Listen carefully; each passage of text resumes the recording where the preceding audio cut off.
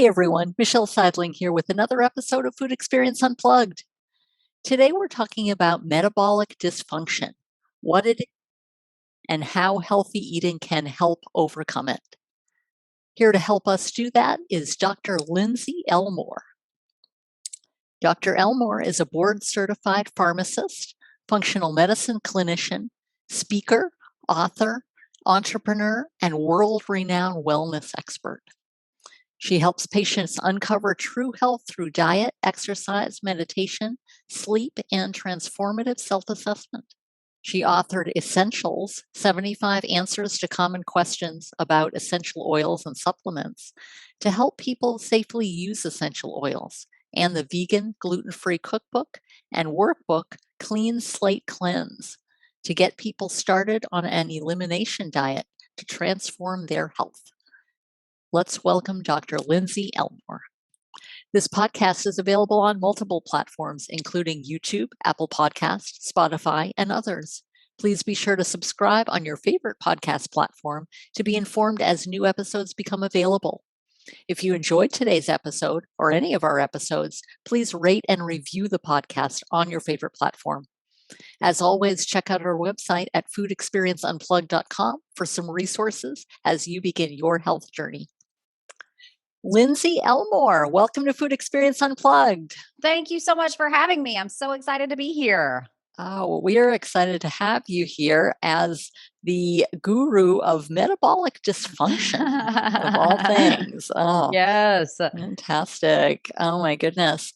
Will you take a moment to introduce yourself and what brought you to this point in your life, in your career, and why metabolic dysfunction? Why is that your area of focus among many, I'm sure?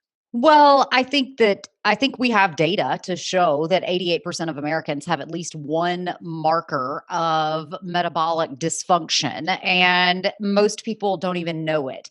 But if 88% of us have at least one marker of metabolic dysfunction, that means if you're in a room with 10 people, 9 out of 10 of you on average are going to have something wrong with your metabolism. And I think we think of metabolism as this thing that makes us exercise or this thing that makes us like get going in the morning. You know, you got to have that good metabolism so you can eat whatever you want and not ever care for yourself.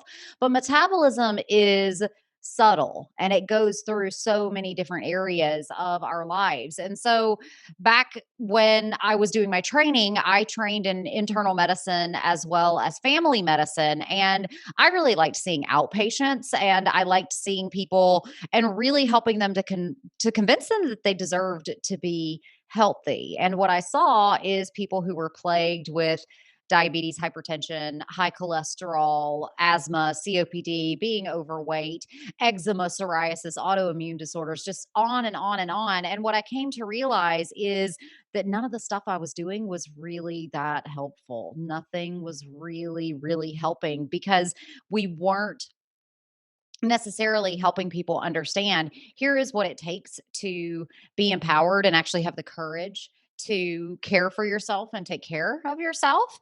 What we tend to do in Western medicine is to name things and then blame them for having the problems and then tame them with either medications or surgery. And I just recognized like it doesn't seem to be the solution. And so through my own exploration, my own just utter refusal to be sick and to be unhealthy, I came to a point where I was like, everybody can be healthy. It's just no one believes it because it's not the narrative that we are taught. We are taught that human beings go through this life cycle of constant medical interventions. And I'm just like, that doesn't have to be true. And so I focused on metabolic problems because everybody has them and they're so easily reversible, and there's so many ways that we can teach people to take ownership. And I understand that there's not one solution for how to heal metabolic disease, and giving people that flexibility to explore their own health and to have fun with how they eat, how they exercise, how they sleep, how do we best care for ourselves is something that's really important for me to get down to the bottom of. Wow, that is amazing. I like how so it was during your studies as a medical doctor that you really channeled in on metabolic dysfunction. Well, so I'm a pharmacist, and the way that my interactions with alternative medicine started was because I tore my ACL, and when I tore my ACL, it threw my spine out of alignment, which landed me in the chiropractor's office. I happened to mention that I was struggling with insomnia, which landed me in the acupuncturist office, which made me really intrigued about different concepts of health and different concepts of medicine. And from there, when I was doing my postdoctoral training, was when I started to kind of see through the facade of like, wait a minute, something is off here. Something is not computing and not working. And it was about, oh goodness, 3, 4 years into practice when I ultimately was like, okay, I'm going to do something completely different and really teach people what's the root cause of disease. And so since then, I have acquired training I'm a yoga instructor. I work with people on emotional releases. I've hosted cleanses and dietary detoxes, etc., for many, many years. And I also am doing functional medicine. And so I'm a student of functional medicine and really aiming to get down to what those root causes are. I love that. That is fantastic. Just not just your typical doctor, here's a prescription and call me next month or something of that nature. Just really Right. getting down to what is the cause of whatever ails people. Yeah, Uh, absolutely. that's fantastic. Now, what to backtrack just a little bit, what exactly do we mean by metabolic dysfunction and what is it in a nutshell?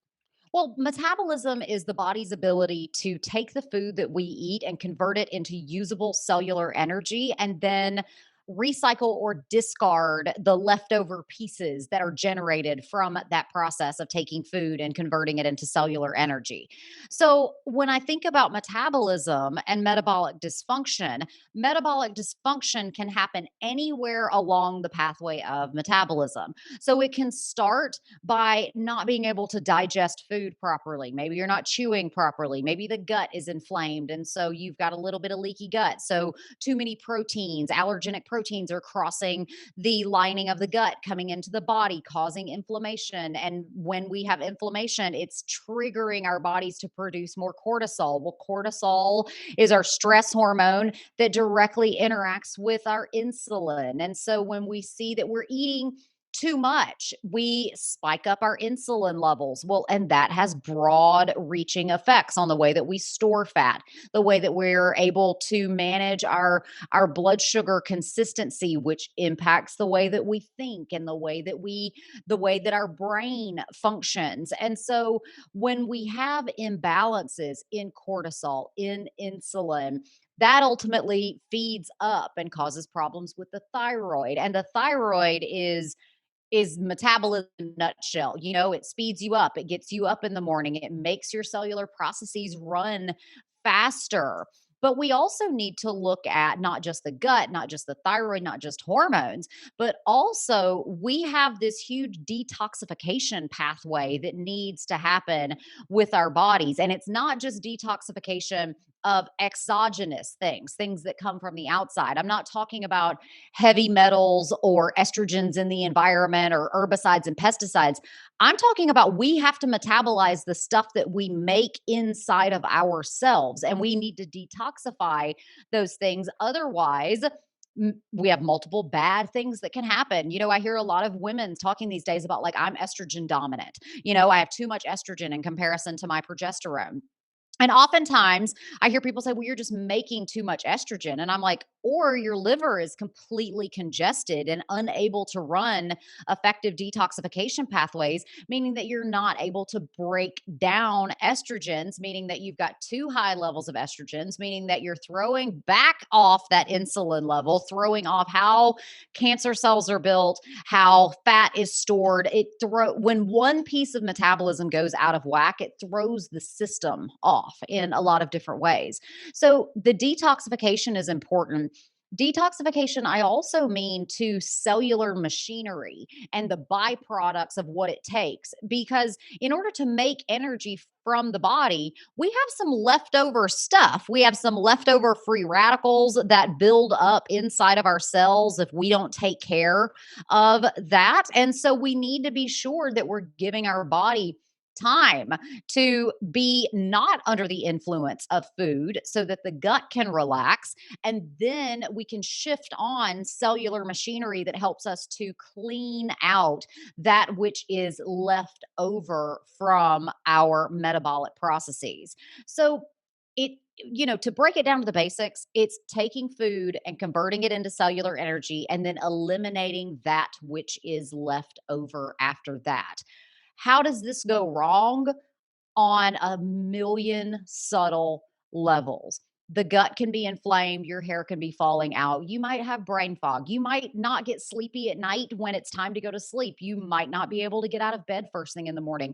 You might have it manifest as anxiety, depression, bipolar disorder. There are so many different ways that metabolism can go awry, and that makes the symptomology of what we're looking for also go awry.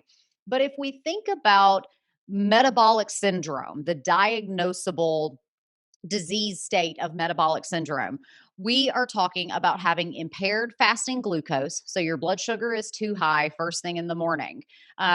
I wish that that was impaired insulin, a fasting insulin, so that we could really look at what's even predating the glucose. But we're looking at impaired fasting glucose, abdominal adiposity, so carrying extra weight around the midsection, low good cholesterol, our high density lipoproteins, and high triglycerides. And I tell you, the more I learn about metabolism, the more I think, gosh, we have got it wrong when it comes to the way that we approach high cholesterol, because we put so much focus on LDL when really the HDL and the triglycerides are an excellent marker of your metabolic health.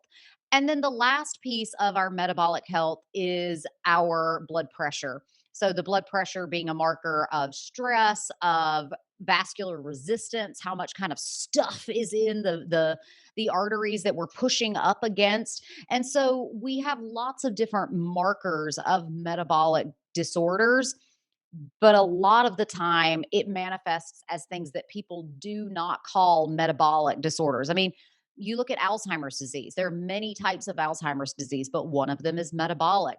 You look at polycystic ovarian syndrome, that is basically insulin resistance of the ovaries. And what we need to do is get that insulin resistance and the overall metabolism functioning properly. And then we can sort out the estrogen imbalance and the testosterone imbalance. So, metabolic dysfunction shows up a lot of different ways, but we're basically talking about problems with obesity, blood sugar, blood cholesterol, and blood pressure. Wow. Okay, so that's a big nut to crack here. Wow. So how does that process work of, getting down to the root cause, because of there's so many different factors involved in that metabolic dysfunction. So how can you drill down to identify those things? Well, I think one of the things is to actually know what root causes are. And if we look at root causes, there's really only about 8 root causes of disease. The first one is stress. If you have chronic stress in your life that you are not actively working to reduce, you're going to be sick, be it with metabolic disorder, be it with autoimmune disorders, be it with mental health disorders, be it with reproductive disorders. If you have chronic stress and chronically high cortisol, it is going to disrupt your body on so many different levels. So that's one of the main root causes of disease. Another one is toxins. And so these are environmental toxins, the estrogens that are around us, herbicides, pesticides. It's also drugs and alcohol, including the prescribed drugs, also can be considered toxins depending on what drugs they are and what they're doing to the body. We also need to think about air toxins, molds that are in our environment. So, toxins are another one. Then we have antigens, allergens, and our adverse food reactions. I mean, as hard as it is, if you eat something and you know it doesn't make you feel good, guess what? That is an adverse food reaction that is your body signaling you that, hey, this is inflammatory. And really, if you get up under the stress, up under the toxins, up under the allergens and antigens, you're ultimately saying all of these things cause inflammation on some level. The next thing that causes problems in our life is infections, infestations, and an imbalanced microbiome. And so if you're not currently working on your microbiome by the food that you eat, because it's an unpopular opinion, because everybody just wants to like pop a probiotic and be done with it. But when you take an encapsulated probiotic, those are transient. As soon as they go in your mouth, they go down your GI tract and then you poop them out. The only way to really cause permanent changes in your microbiome is with the food that you eat. And it's not just the probiotic foods and the prebiotic foods that you eat, but it's also the foods that you intentionally eat or do not eat that are pro inflammatory, that are causing changes in the microbiome. Infection, if people have chronic parasitic infections, which people can walk around with for 40 years and never know it, major cause of inflammation, major cause of metabolic dysfunction, chronic Lyme disease, chronic Epstein-Barr, a lot of these chronic latent infections that many people say don't even exist. But if you have something in you, even if your immune system has said, like, look, let's just keep that guy over in his corner and not let him cause too many problems, that guy over in the corner is still going like, yeah, but I still got some subtle inflammatory signals that I'm going to send out. So we need to look for chronic latent infections. The next thing is nutritional deficits or excesses. So if you are not getting enough magnesium, vitamin B9, vitamin B12, vitamin C, if you're not getting enough diverse minerals in the diet, that can be a primary cause of why your metabolism has gone awry. And the nutritional excess is probably the leading cause of metabolic dysfunction, where you simply consume too many calories, especially when those calories are consumed with a very high glycemic load, where you're eating a lot of calories that spike the blood sugar very quickly. Well, that is very pro inflammatory. So, nutritional excess is probably the leading cause of metabolic dysfunction. Sleep imbalances are the next one, and it's one of those things that people just think it is so not glamorous to sleep. But if you don't sleep, and especially if you're eating right up until the time of bed, your body can't detoxify. And we've already discussed how critically important detoxification is to our overall health and well-being.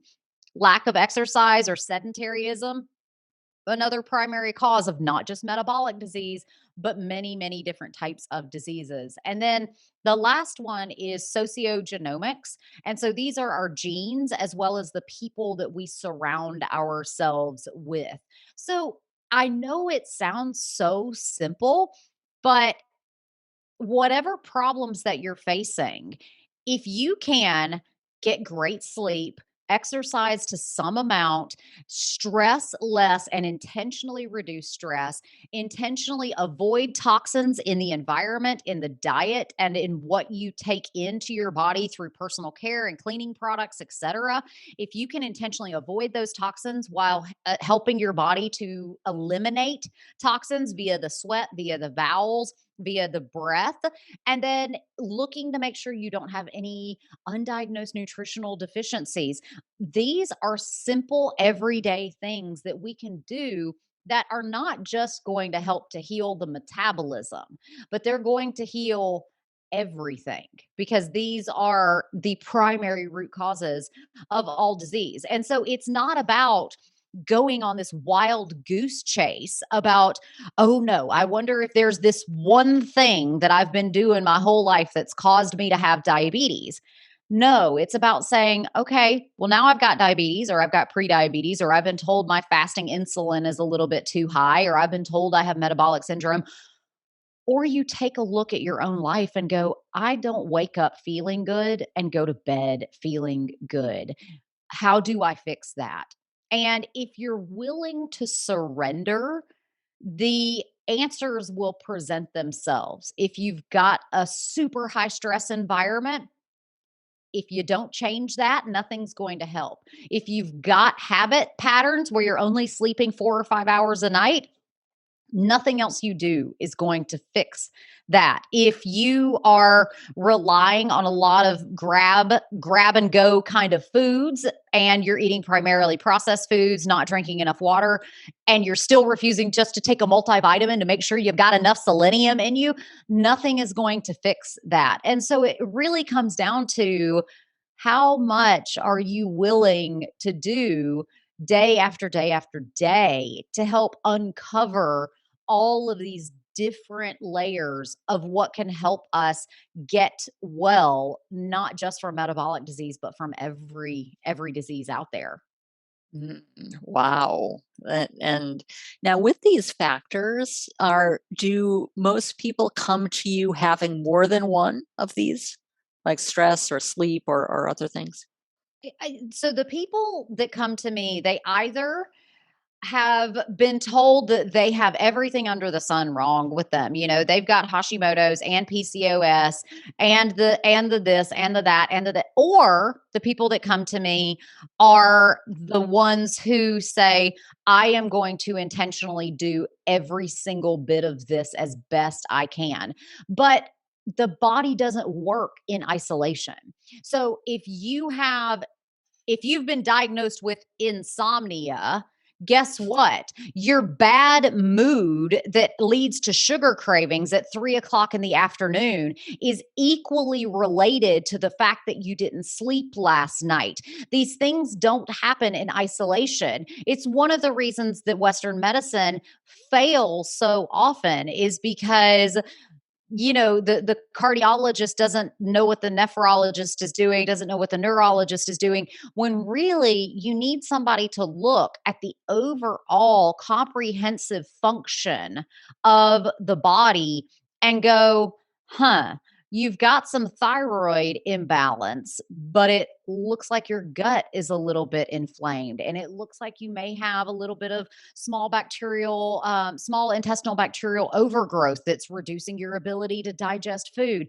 Do you have chronic stress in your life? Okay, well, that means that your gut and your brain are constantly communicating with each other in this stressful state.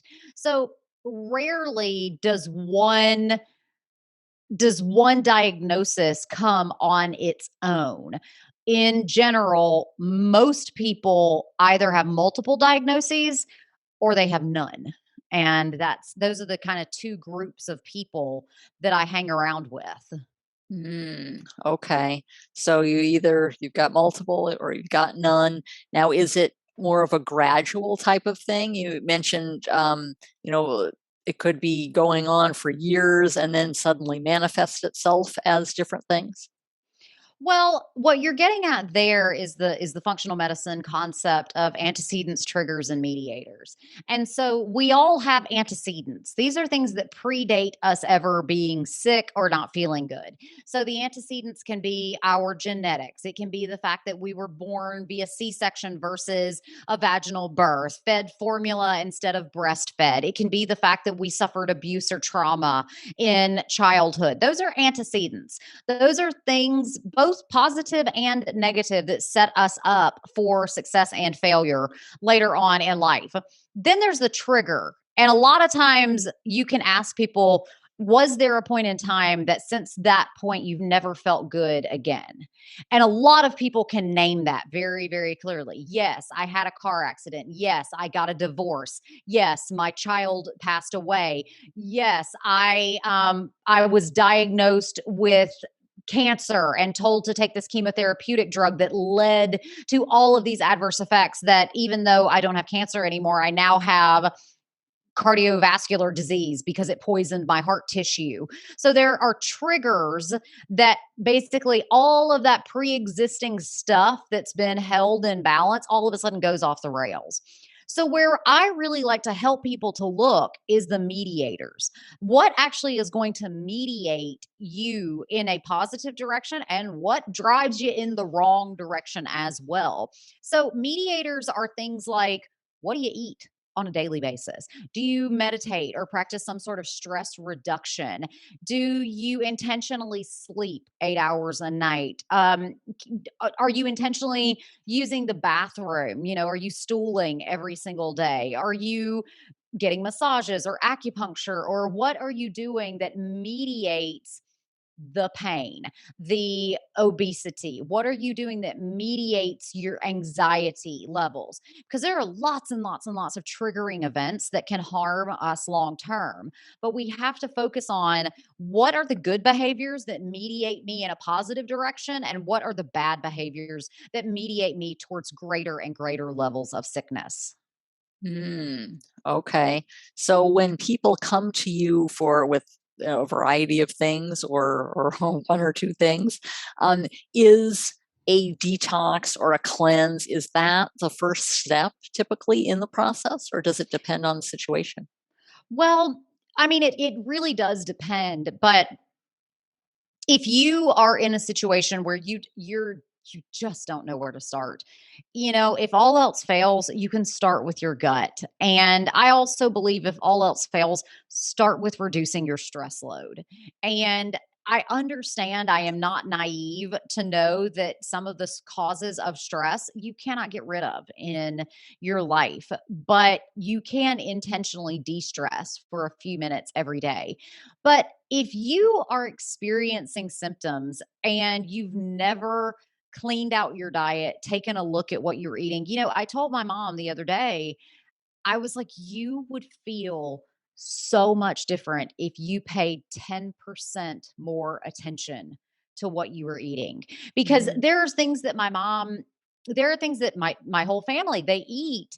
And I'm like, listen, I understand you want to eat cheese. Why are you picking this cheese that has antibiotics added to it to extend its shelf life versus picking this cheese that's the same basic cheddar, but yet it's coming from a small farm where we hope that the animals have a slightly better life and where we're not getting exposed to antibiotics. And, just if you're going to drink milk, if you're going to drink cow's milk, dairy, why are we skimming all the fat off of it, taking away all the vitamins? And so, really looking more towards how can I make one better decision at a time? Because I think for a lot of people to be like, okay, month long elimination diet, I'm going to give you these elemental shakes. You're going to feel better, but you're going to hate your life because you're going to feel like you're not eating anything that you love. And, and really, how do we make this joyful?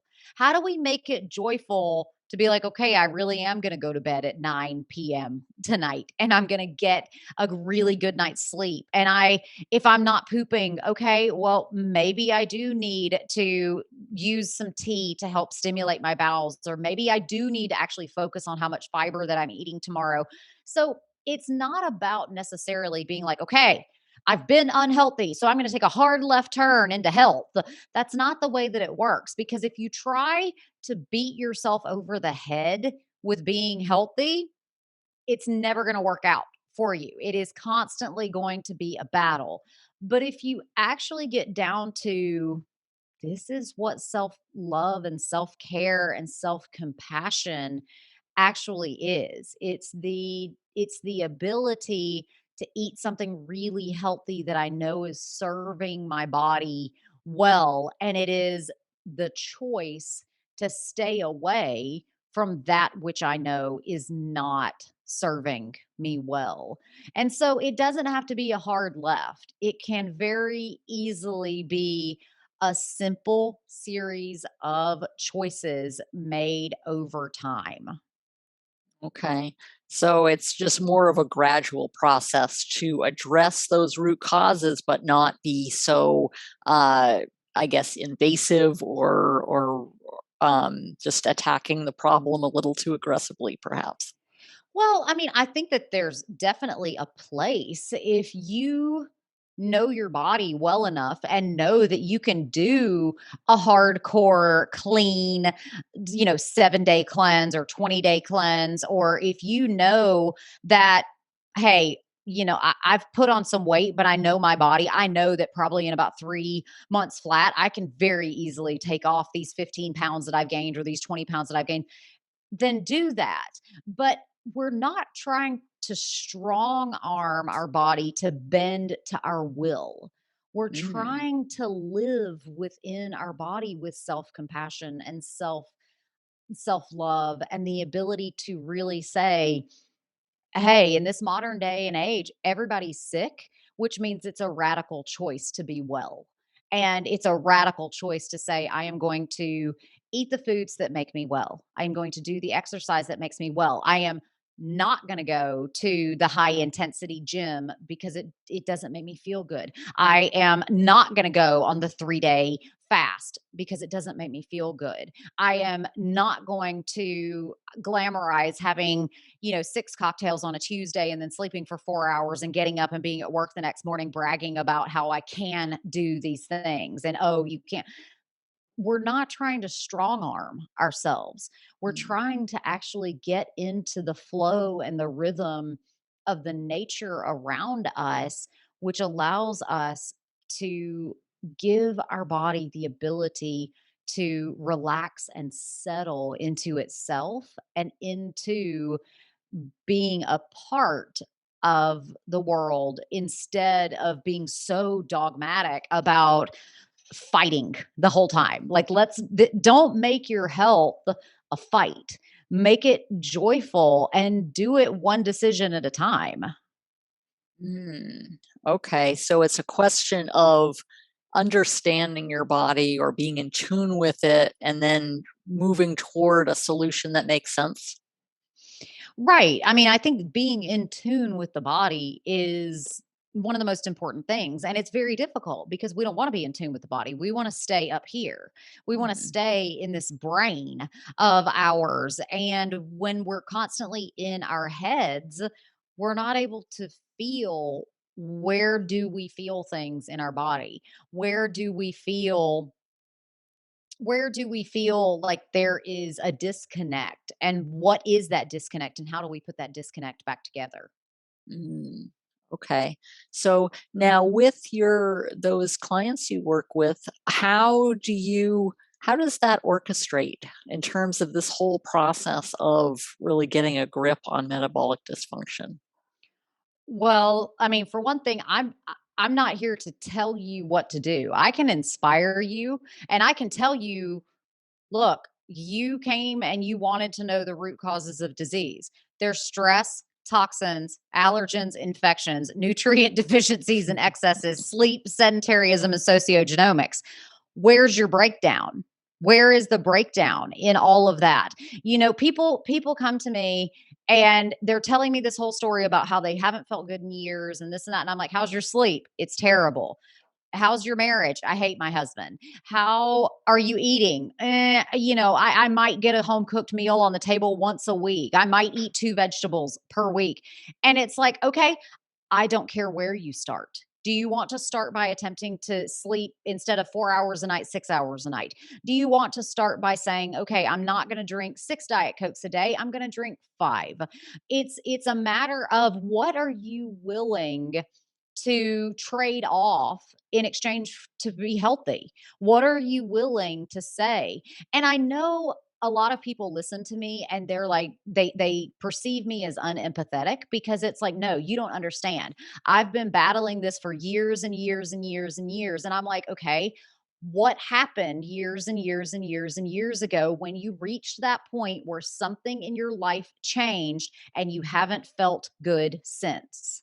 Because if it was an accident, then we need to deal with the trauma of that accident. If it was an abuse or a violence in your life, okay, well, we need to deal with that. If it was an exposure to lead or to mercury, or if it was an acute mold infestation, okay, we need to deal with that. Because I think when we put those things into perspective about, you know what, I haven't felt good in 15 years, instead of dwelling on the, I haven't felt good in 15 years and I have achy joints and my hair's falling out and this is going on and this is, and instead of going to clinicians who just say, okay, well, we're going to call that piece of it hypothyroidism, and we're going to call this piece of it some insulin resistance, and we're going to call this piece of it some anxiety. Why don't you take a look and go, well, when was the last time you felt good? I was about 15 years ago. What happened 15 years ago? I went into the woods and got 16 tick bites, and I haven't felt good since. I took a bunch of antibiotics. Everybody tells me I'm fine, and then I don't know what happened. Okay, well, then let's take that experience and let's process it from that point forward. Let's go back to what set this whole train into motion and how can we make it better? Mhm. I love that. I love just meeting people where they're at and then understanding their level of comfort in moving toward a solution, in selecting something and moving rather than eating the whole elephant. Right, right, because you'll never do it. You have to go one step at a time. Mhm. Absolutely. That is fantastic. And just understanding those points, I think, is a really good springboard to overcoming that metabolic dysfunction, regardless of the Yes. source. Absolutely. You just have to see that this is where I am. So instead of saying, I'm so far gone, I can't start, why don't you just start with something? I don't care what it is, just start with something. Mm, absolutely. Now, on that note of starting with something, how can people get in contact with you? Well, you can head to www.lindseyelmore.com or you can listen to The Lindsey Elmore Show anywhere that you get podcasts. Okay, fantastic. We will include all of those things in the show notes. And Lindsey, it has been a pleasure really uncovering the root cause, so to speak, of metabolic dysfunction and helping people understand their bodies and solutions even more. Thank you so much for having me.